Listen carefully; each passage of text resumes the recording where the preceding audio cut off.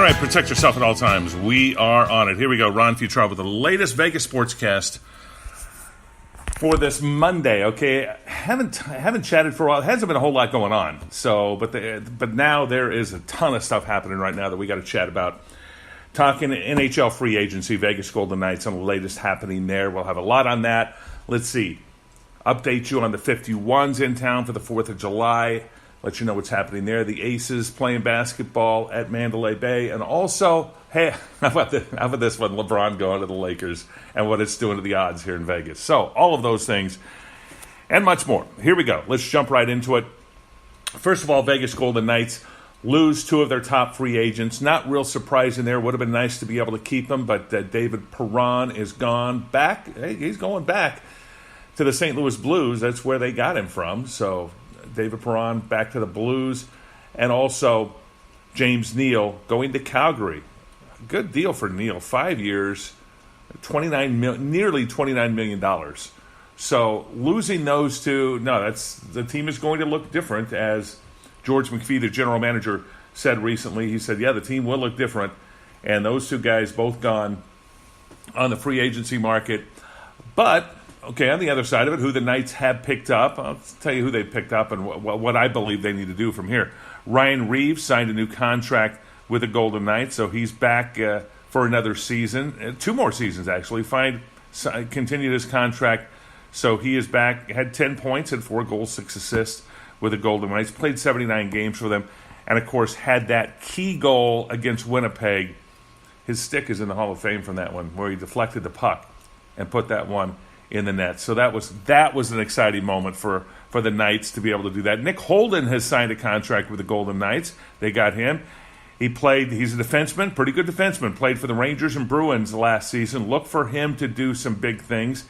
Had 4 goals, 13 assists last year with the Bruins and the Rangers. He's 31 years old and has a new contract now with the Vegas Golden Knights, a 2-year contract with the Knights. The big signing so far for the Knights is Paul Stastny. He's a center, and they need somebody like Stastny certainly to replace what they're going to be losing in Neal and Perron, and he has the potential to do that. Okay, haven't gotten the terms yet of this contract. Still waiting to find out on that one. He's 32 years old.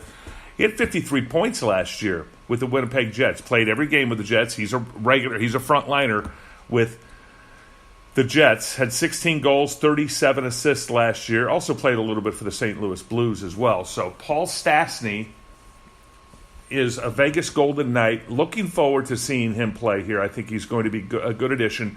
George McPhee said this, that you can't have enough centers. You need centers. Because, and here's the reason, a center can play on the wing. A wing typically doesn't play center.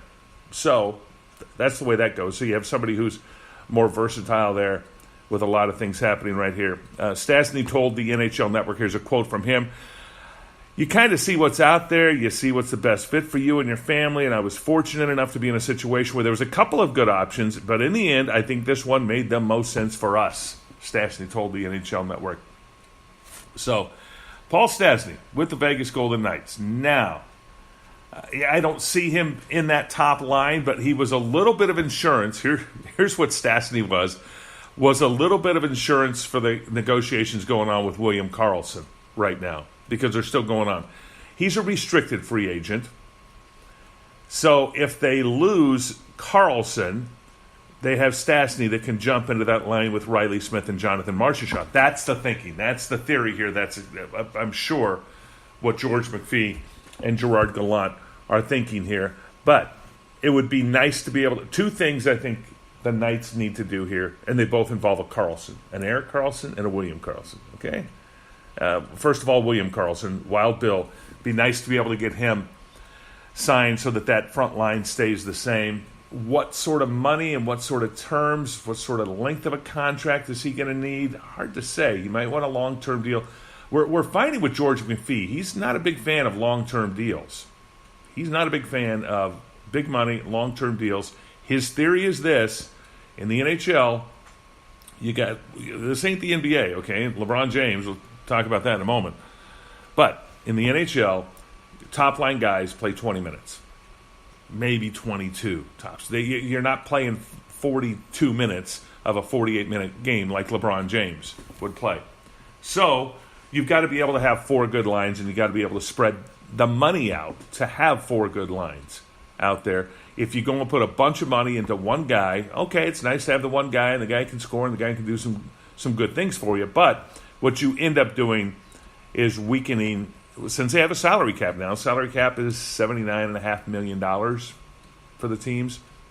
What you end up doing is the other lines suffer. So what's going to happen with William Karlsson here? That'll be interesting to see. 43 goals, had a career season last year with the Vegas Golden Knights. Fans would love to see him back. And I think with losing, I think there's going to be added pressure to try to get Karlsson back with the Knights when you consider that they lost now David Perron and James Neal, that you want to keep him as one of the top players for the Knights for years to come.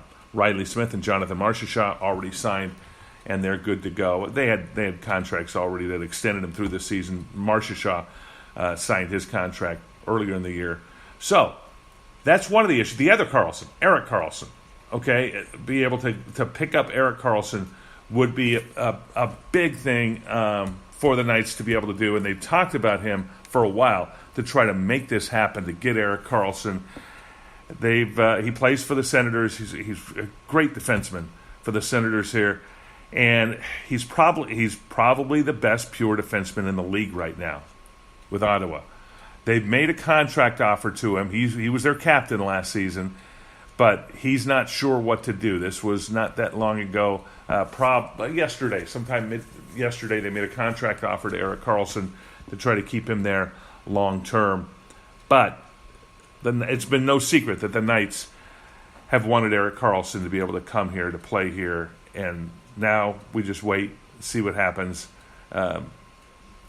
He's got to decide right now. What sort of, they have not said what the offer is. Okay, have not given any details on this offer. The Kings have tried to get him. Okay, the Knights have wanted. Every team in the league would love to have Erik Karlsson again. So that's. Speaking of the Kings, okay, they did some interesting things in free agency. Kovlachuk, Ilya Kovlachuk. They got the Russian. Okay, and they went and signed him a 3-year deal. 35 years old, so doesn't have a whole lot left in him. But this guy's played in the Russian league for the last 4 or 5 years. So we'll see what he can do back in the NHL again.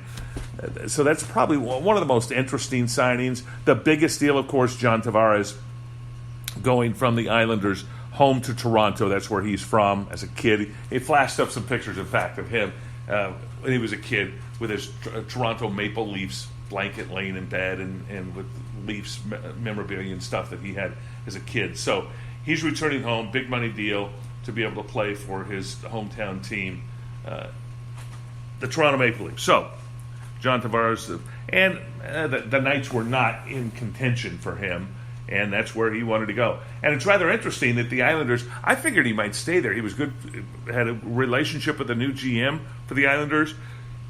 And they just got a new coach, Barry Trotz, went from the Washington Capitals after they won the Stanley Cup to the Islanders. So, a lot happening, a lot going to happen today, more stuff going on in the world of the NHL. So we will keep you posted, and I'm going to do more regular updates on that so that we can keep you posted on that. Okay, other stuff happening.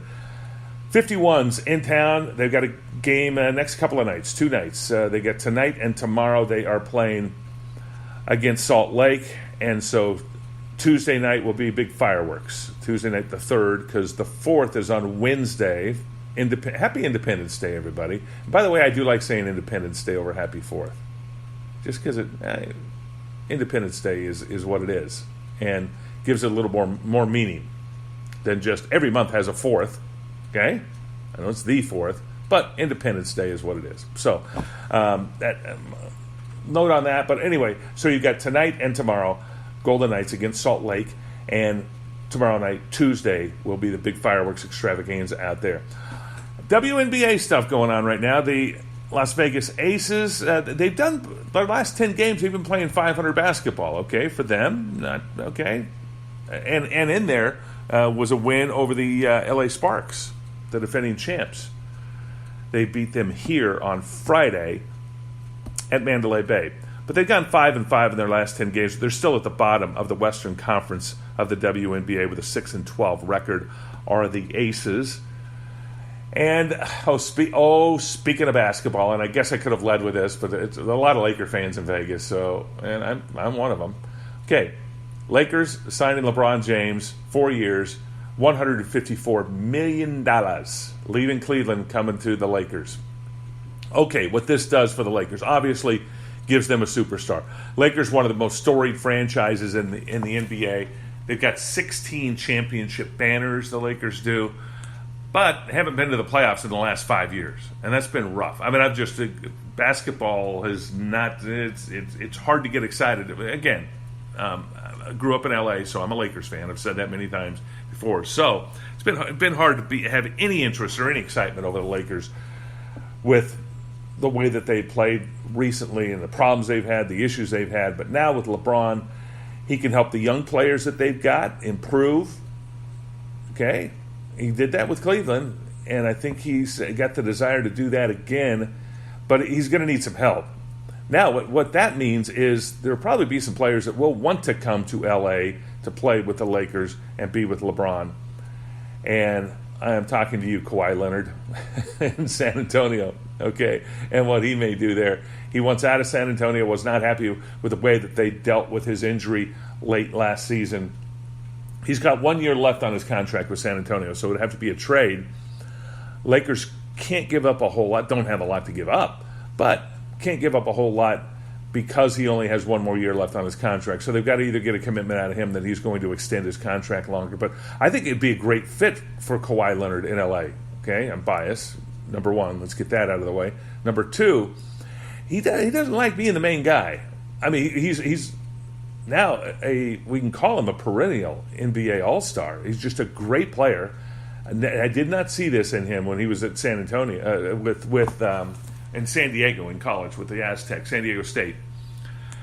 No, he's a good player with San Diego State, but I didn't see him being one of the premier players in the NBA as he has become.